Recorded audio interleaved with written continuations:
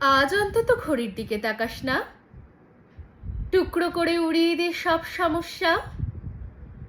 চিন্তা তোকে মানায় না, দেখ আকাশ লাল।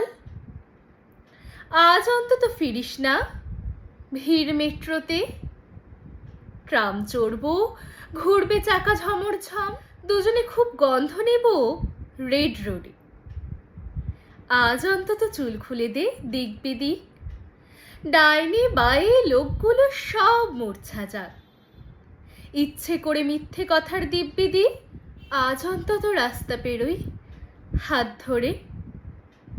তুই একবার সাধলেই জোর ফুচকা খাই, কান টেনে বল ইস কে আমার বাধ্য রে। আজ অন্তত বলিস না সব গল্প শেষ, হয়তো হয়তো শুরুই হয়নি কোনো রূপকথার। ওই তো একটা একলা চেয়ার, চল বসে আমার লেখা শোনায় খান্তি নেক। বাকি জীবন অশান্তিতে ভুগবো, আজ অন্তত আজ অন্তত আজ অন্তত আমার কাছে শান্তি নেই।